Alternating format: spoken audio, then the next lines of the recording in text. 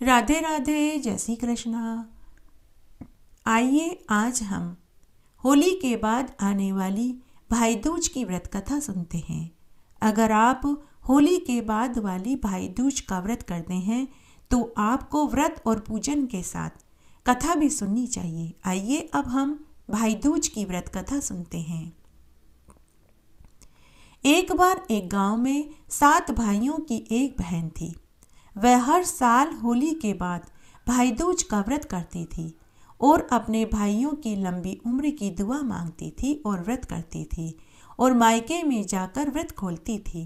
तब एक बार की बात है, होली के बाद जब भाई दूज आया तो बहन ने भाई दूज का व्रत रखा। उसके 6 बड़े भाई बहुत अमीर थे, जबकि 7वां भाई बहुत गरीब था। बहन सबसे पहले बड़े भाई के घर गई। ननद को आया हुआ देखकर बड़ी भाभी बर्तन मांजने बैठ गई और ननद से बोली कि बाईसा, बिना बुलाए कैसे आना हुआ। तब ननद बड़ी भाभी से बोली कि भाभी, आज मेरा भाई दूज का व्रत है तो मैं व्रत खोलने आई हूँ। तो भाभी ने कहा कि बाईसा, पहले संदेश भिजवा दिया होता तो मैं तैयारी करके रखती। मैंने तो कोई तैयारी भी नहीं करी, घर का सारा काम यूं ही पड़ा है। तो ननद बोली कि भाभी कोई बात नहीं। उसके बाद बहन सभी 6 बड़े भाइयों के घर गई। सभी भाभियों ने कोई न कोई बहाना बना करके ननद को भेज दिया। किसी ने भी चाय पानी तक की नहीं पूछी, यहाँ तक कि बैठने को भी नहीं कहा। बेचारी बहन सुबह से भूखी प्यासी थी, इधर उधर चलते चलते बेचैन होने लगी। फिर बहन ने सोचा कि 6 बड़े भाई तो बहुत पैसे वाले थे, जब उन्होंने ही भोजन नहीं खिलाया तो 7वें भाई भाभी तो बेचारे बहुत गरीब हैं, वो कहाँ से खिलाएंगे। परंतु बहन का मन नहीं माना। वह 7वें भाई की झोपड़ी पर पहुंच गई।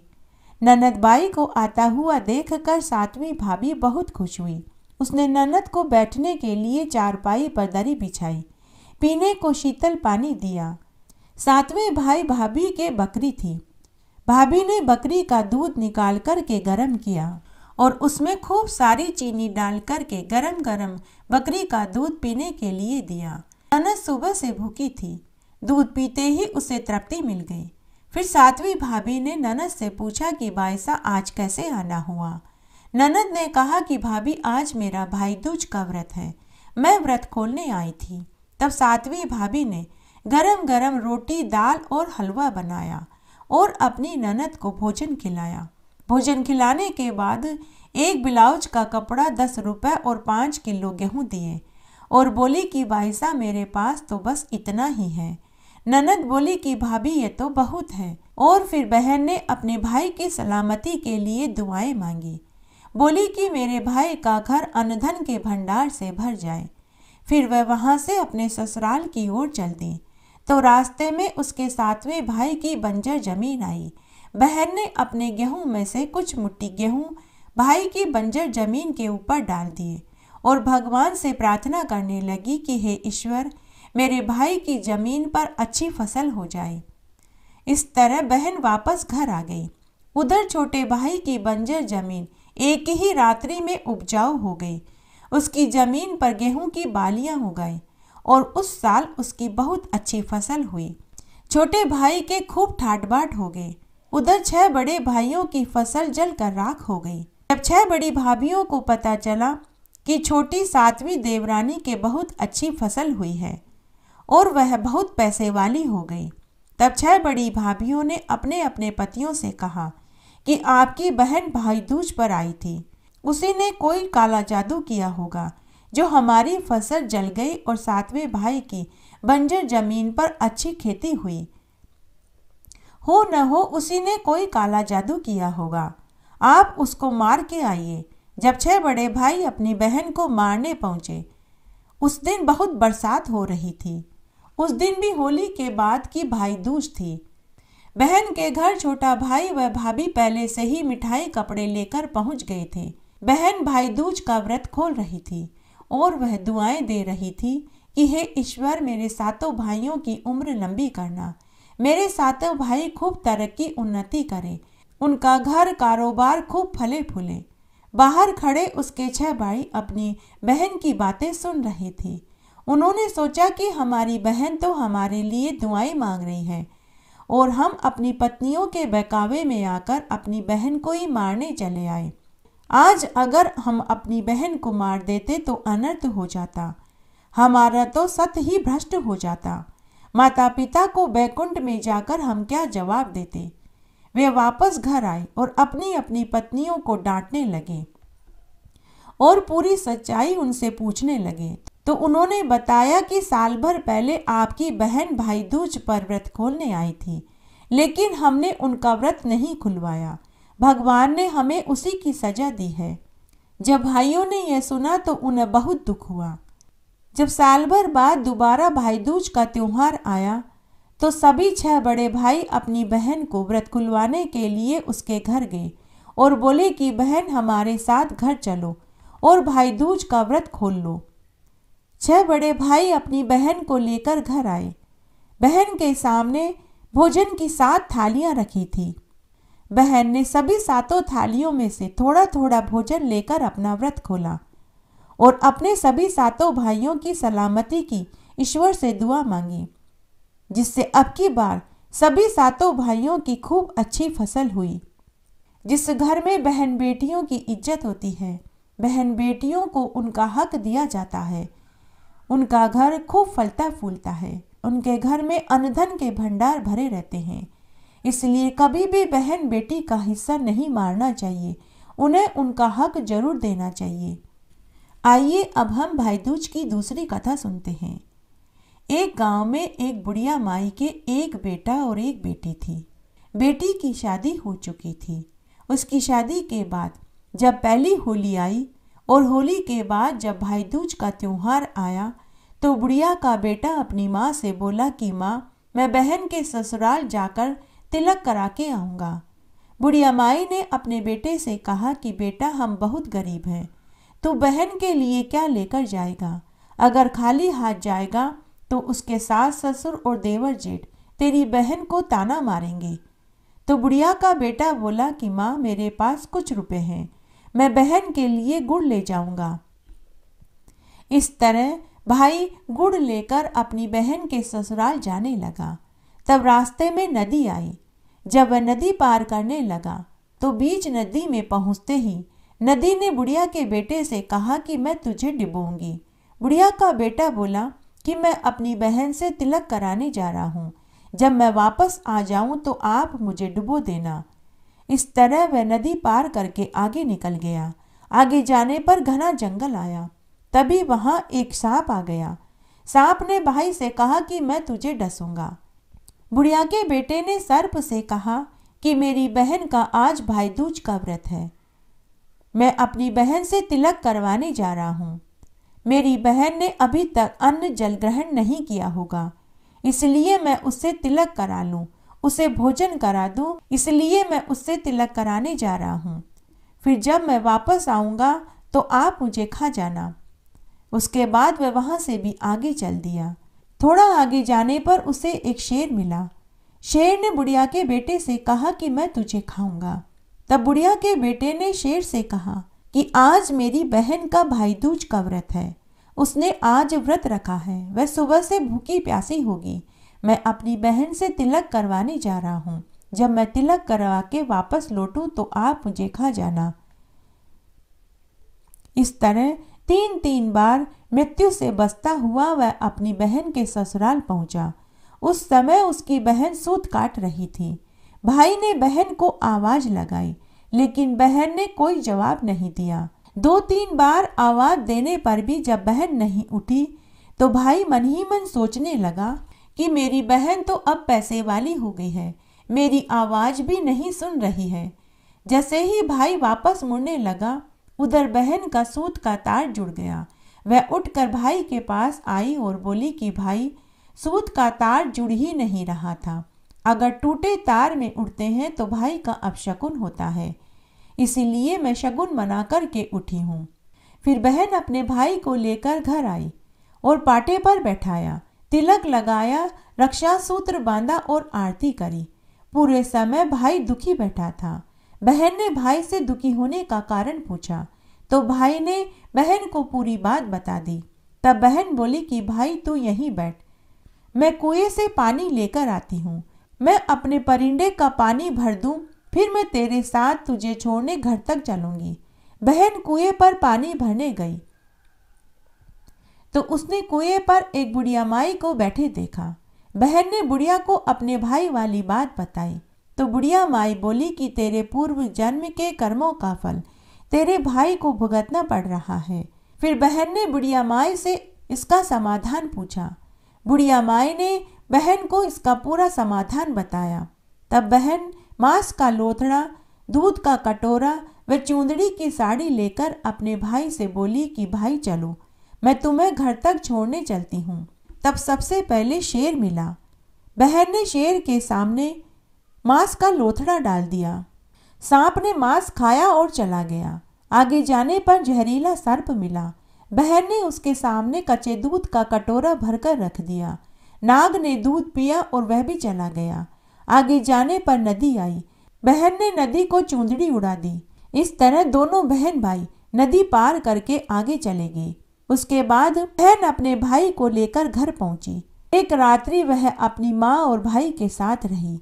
इस तरह एक बहन ने भाई दूज का व्रत करके अपने भाई की प्राण की रक्षा करी।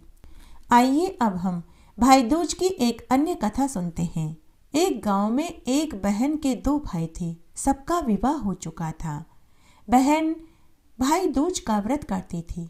उस दिन वह अपने भाई के घर आकर भोजन करके ही व्रत खोलती थी। उसके दोनों भाई बारी बारी से बहन के भाई दूज का व्रत खुलवाने के लिए उसे अपने घर बुलाते थे। साल में भाई दूज के दो व्रत आते हैं। होली के बाद वाले भाई दूज पर बड़ा भाई बहन को घर बुलाकर भोजन खिलाता, तो दिवाली के बाद आने वाली भाई दूज पर छोटा भाई बहन को घर बुलाकर के भोजन खिलाता था। तीनों भाई बहन में बहुत प्यार भाव था। बड़े ही स्नेह से वे रहते थे। भाई अपनी बहन पर जान छिड़कते थे तो बहन भी भाई के लिए जान देने को तैयार रहती थी। इस तरह समय बीतने लगा। जब तक बहन भाई जवान थे, बहन भाई के घर आकर भाई दूज का व्रत खोलती रही। लेकिन अब बहन भी बूढ़ी हो चुकी थी, भाई भी बुजुर्ग हो चुके थे। तब यह तय किया गया कि दोनों भाई बहन के घर भाई दूज के दिन आटा, दाल, तेल, घी, गुड़ भिजवा देंगे ताकि बहन उस सामग्री से घर पर ही भोजन बनाकर के व्रत खोल सके। तब एक बार की बात है, होली के बाद जब भाई दूज का त्योहार आया तो बहन ने भाई दूज का व्रत रखा। सुबह से दोपहर और दोपहर से शाम हो गई, लेकिन बड़े भाई के घर से भोजन का सामान नहीं आया। बहन बार बार घर के दरवाजे पर आकर देखती कि शायद उसका भतीजा आता होगा, लेकिन उसे कोई आता हुआ दिखाई नहीं दिया। बहन ने सुबह से अन्न जल ग्रहण नहीं किया था, जिससे उसकी तबीयत बिगड़ने लगी। उधर शाम को जब बड़ा भाई भोजन करने बैठा तो पहला घास खाने पर घास में बाल आ गया। दूसरा घास खाने लगा तो किसी ने छींक दिया। तीसरा घास खाने लगा तो उसे अलसुंडा आ गया। तभी बड़े भाई को याद आया कि आज तो मेरी बहन का भाई दूज का व्रत था। उसने अपनी पत्नी और पुत्र से पूछा कि मेरी बहन का भाई दूज का व्रत था, उसके घर भोजन की सामग्री भिजवाई या नहीं। तो पत्नी और पुत्र दोनों ने कहा कि आज तो हम भोजन का सामान भिजवाना ही भूल गए। तभी भाई ने कहा कि आज तो मैं अपनी बहन को खुद भोजन देकर आऊँगा। उसी समय भाई भोजन की सामग्री, मिठाई, कपड़े, रुपये लेकर बहन के घर पहुंचा। बहन बिस्तर पर पड़ी थी और अपने भाई की सलामती की दुआएं मांग रही थी कि तभी बड़े भाई ने अपनी बहन को आवाज़ लगाई। उसी समय जैसे बहन के प्राण वापस आ गए, वह खाट पर से उठकर खड़ी हुई। दोनों बहन भाई गले मिलकर खूब रोए। उनमें जो प्यार और स्नेह लगाव बचपन से था वह आज भी बरकरार था। भाई ने अपनी बहन को अपने हाथ से भोजन खिलाकर उसका व्रत खुलवाया। भाई बहन में प्रेम हो तो ऐसा हो। गणेश जी की कहानी। एक गांव में एक बुढ़िया माई अपने बेटा, बहू और 2 पोतों के साथ रहती थी। बुढ़िया माई गणेश भगवान की परम भक्त थी। रोज सुबह नहा धोकर घंटों भगवान गणेश जी की पूजा पाठ करती थी, लेकिन उसकी बहू को यह पसंद नहीं था। बुढ़िया का बेटा जब काम पर चला जाता तो पीछे से वह अपनी सास को बहुत परेशान करती, रोज उससे झगड़ा करती कि क्या रोज आप गणेश भगवान की पूजा पाठ में लगे रहते हो, अपने पोतों का ध्यान क्यों नहीं रखते ताकि मैं घर का काम निपटा सकूं। मुझे आपका रोज रोज ये पूजा पाठ करना पसंद नहीं आता।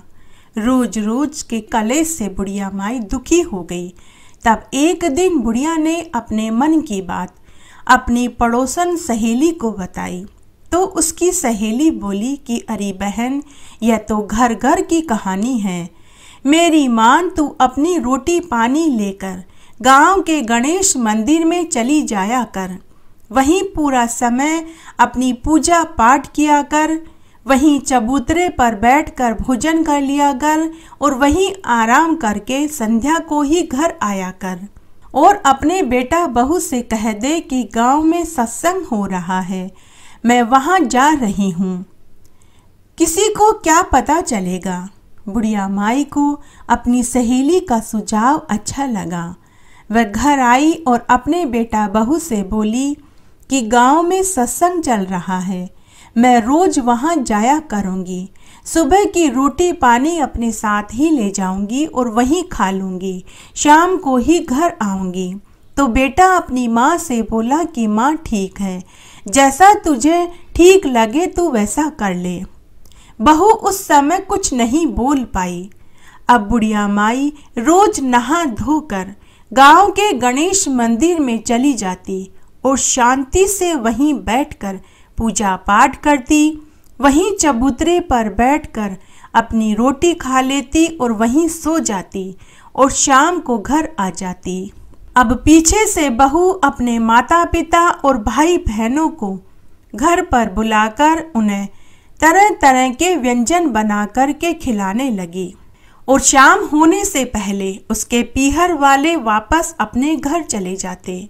तब एक दिन जब सास ने मंदिर जाते समय बहू से भोजन मांगा तो बहू गुस्से में आ गई और ठंडी बासी रोटी कपड़े में बांध कर दे दी। बुढ़िया माई कुछ नहीं बोली, ठंडी रोटी लेकर वह मंदिर में आ गई।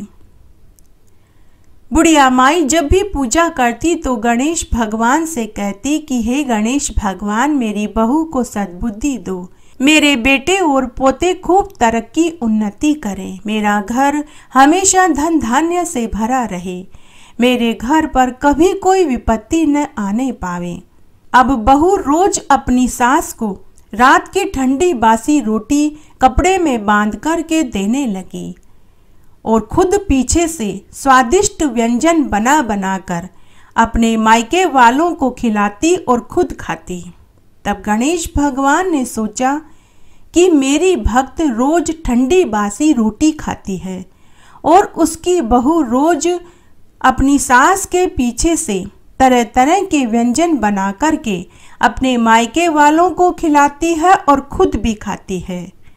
इसकी बहू बड़ी ही चालाक है, लेकिन फिर भी मेरी भक्त अपनी ही बेटे बहू और पोतों के लिए दुआएं मांगती है, इसकी बहू को तो चटका दिखाना ही पड़ेगा। तब गणेश भगवान को एक उपाय सूझा। बहू जो भी व्यंजन बनाती वो सास की बासी रोटी से अदला बदली होने लगी। अब सास को रोज नए नए व्यंजन खाने को मिलने लगे और बहू को खाने में ठंडी बासी रोटी मिलने लगी। बहू के मायके वाले जब ठंडी बासी रोटी देखते तो वे कहते कि तू हमें ठंडी बासी रोटी खाने के लिए बुलाती है, तू हमें भिखारी समझती है, अब हम तेरे घर नहीं आएंगे। तो बहू अपने मायके वालों को सफाई देती कि मैंने तो खीर पूड़ी बनाई थी, पता नहीं बासी रोटी में कैसे बदल गए। लेकिन उसके मायके वाले नाराज होकर जाने लगे। उस दिन बहू को बासी रोटी ही खानी पड़ी। अगले दिन फिर सास के जाने के बाद बहू ने दाल बाटी चूरमा बनाया और अपने मायके वालों को दाल बाटी चूरमा खाने के लिए बुलाया।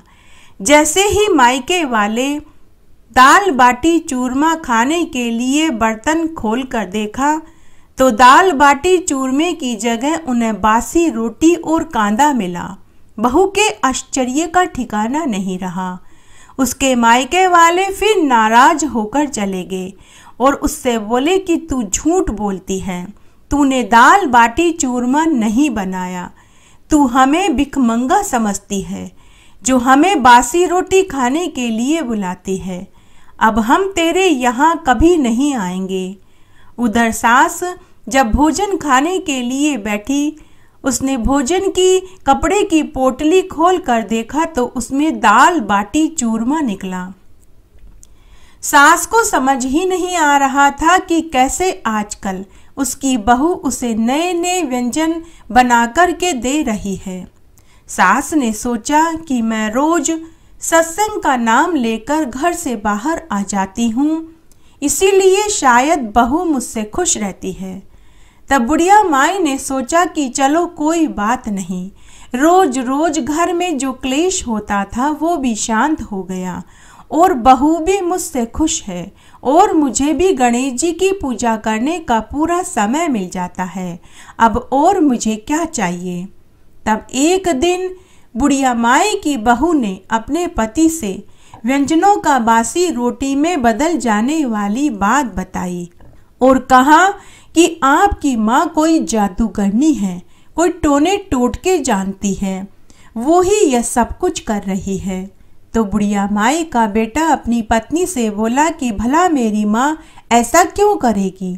तब दूसरे दिन बुढ़िया माई का बेटा काम पर जाने की कहकर घर में ही अनाज की कोठी के पीछे छिप गया और सबको देखने लगा। उसने यह बात न तो अपनी पत्नी से कही और न ही अपनी माँ से कही। बुढ़िया माई जब सत्संग का नाम लेकर जाने लगी तो बहू ने बासी रोटी और कांदा कपड़े में बांध कर के दे दिया। बुढ़िया माई खुशी खुशी रोटी की पोटली लेकर चली गई। पीछे से बहू ने मालपुए और खीर बनाए और अपने मायके वालों को बुलाया।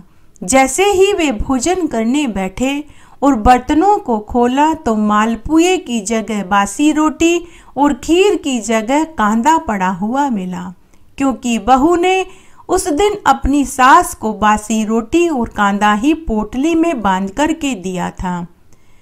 उसके पति ने सब देखा था। उस दिन भी मायके वाले नाराज होकर चले गए। बहू ने वापस दुखी मन से बासी रोटी और कांदा खाया। फिर उसका पति घर के पिछवाड़े से चुपचाप निकल गया और अपनी माँ को गांव में ढूंढने लगा, लेकिन गांव में कहीं सत्संग नहीं हो रहा था। तभी बुढ़िया के बेटे को उसकी माँ की पड़ोसन सहेली मिली तो उसने अपनी माँ के बारे में पूछा कि मौसी, मेरी माँ सत्संग का नाम लेकर घर से जाती है, लेकिन गांव में तो कहीं भी सत्संग नहीं हो रहा। मौसी, क्या आपको मालूम है कि मेरी माँ कहाँ जाती है? तब पड़ोसन ने बुढ़िया के बेटे को पूरी सच्चाई बताई। तब बुढ़िया का बेटा गणेश जी के मंदिर में पहुंचा। तब उसकी माँ भोजन खा रही थी और भोजन में मालपुए और खीर था, जबकि खुद उसके बेटे ने छिपकर देखा था कि उसकी पत्नी ने बासी रोटी और कांदा कपड़े में बांध कर के दिया था। अब तो बुढ़िया के बेटे का माथा ठनका। वह मनी मन सोचने लगा कि सच में मेरी पत्नी सत्य कहती है कि मेरी माँ कोई जादूगरनी है, कोई टोने टोटके जानती है, वो ही बासी रोटी को व्यंजनों में बदल लेती है। तब गणेश भगवान बैकुंठ में बैठे यह सब कुछ देख रहे थे। गणेश भगवान ने सोचा कि आज बेटा अपनी ही माँ को गलत समझ रहा है। तब गणेश भगवान वहां प्रकट हुए। बुढ़िया माई गणेश भगवान को देखकर उनके चरणों में गिर पड़ी। पेड़ के पीछे खड़ा बुढ़िया का बेटा भी यह सब देख रहा था। तब गणेश भगवान ने बुढ़िया माई से कहा कि अरे बुढ़िया माई, मैं तेरी पूजा से प्रसन्न हूँ, तू अपने लिए कोई वरदान मांग। तब बुढ़िया माई बोली कि हे ईश्वर, मरने से पहले मुझे आपके दर्शन हो गए, अब मुझे और कुछ नहीं चाहिए। अगर आप देना ही चाहते हैं तो मेरी बहू को सद्बुद्धि दीजिए, मेरे बेटे पोते खूब तरक्की उन्नति करें, मेरा घर धन धान्य से भरा रहे, बस यही आशीर्वाद दीजिए। तब गणेश भगवान बोले कि अरे बुढ़िया माई, तूने अपने लिए कुछ नहीं मांगा, मांगा तो भी अपने बेटा बहू और पोतों के लिए मांगा। ऐसी बहू जो रोज तुझे बासी रोटी खाने को देती है और तेरे पीछे से बढ़िया बढ़िया व्यंजन बनाकर अपने मायके वालों को खिलाती है और खुद भी खाती है, और तेरा बेटा और तेरी बहू तुझे जादूगरनी समझते हैं, जबकि तेरी बहू के बनाए हुए व्यंजन को मैं खुद तेरी बासी रोटी से बदल देता हूँ। बुढ़िया माई बोली कि हे गणेश जी भगवान, मेरी बहू मेरे बारे में कुछ भी समझे, लेकिन मेरा बेटा ऐसा नहीं है, वो मेरी बहुत इज्जत करता है। तब गणेश भगवान बोले कि अच्छा ऐसा है तो बुढ़िया माई तू पीछे मुड़ कर देख, पेड़ के पीछे खड़ा तेरा बेटा हमारी ही बातें सुन रहा है। बुढ़िया माई ने पीछे मुड़कर देखा तो उसका बेटा पेड़ के पीछे नजरें नीचे करके खड़ा था। वह भाग कर आया और गणेश भगवान के चरणों में गिरकर माफी मांगने लगा। तब गणेश भगवान बुढ़िया माई के बेटे से बोले कि अरे मूर्ख, माफी ही मांगनी है तो अपनी देवी स्वरूपा जैसी माँ से मांग, जिसको तूने जादूगरनी समझा। पापिन तो तेरी पत्नी है जो अपनी देवी जैसी सास को बासी रोटी और कांदा खाने को देती है। बुढ़िया का बेटा अपनी माँ के चरणों में गिरकर माफी मांगने लगा। गणेश भगवान बुढ़िया को आशीर्वाद देकर अंतर्ध्यान हो गए। बेटा अपनी माँ को लेकर घर आया और अपनी पत्नी की पिटाई करने लगा, लेकिन बुढ़िया माई ने रोक दिया और बोली कि बेटा, मेरी बहू इस घर की लक्ष्मी है। बुढ़िया की बहू को भी अब बात समझ में आ चुकी थी। अब बेटा बहू भी अपनी माँ के साथ गणेश जी की पूजा करने लगे और हर बुधवार का व्रत करने लगे। भगवान गणेश जी की कृपा से उनका घर धन धान्य से भर गया। बुढ़िया माई इस जीवन का सुख भोग कर स्वर्ग को चली गई। हे गणेश जी भगवान, जैसा सुख आपने बुढ़िया माई को दिया, पग पग पर उसकी मदद करी, वैसी सबकी करना। कहानी कहने वाले की, सुनने वाले की और हुक्कारा भरने वाले की। इस तरह आज हमने भाई दूज की व्रत कथाएं सुनी। आशा करती हूँ ये आपको जरूर पसंद आएगी। मेरे साथ बने रहने के लिए आपका धन्यवाद। आगे आने वाली कथा कहानी के लिए भी आप इसी तरह मेरे साथ बने रहें। धन्यवाद।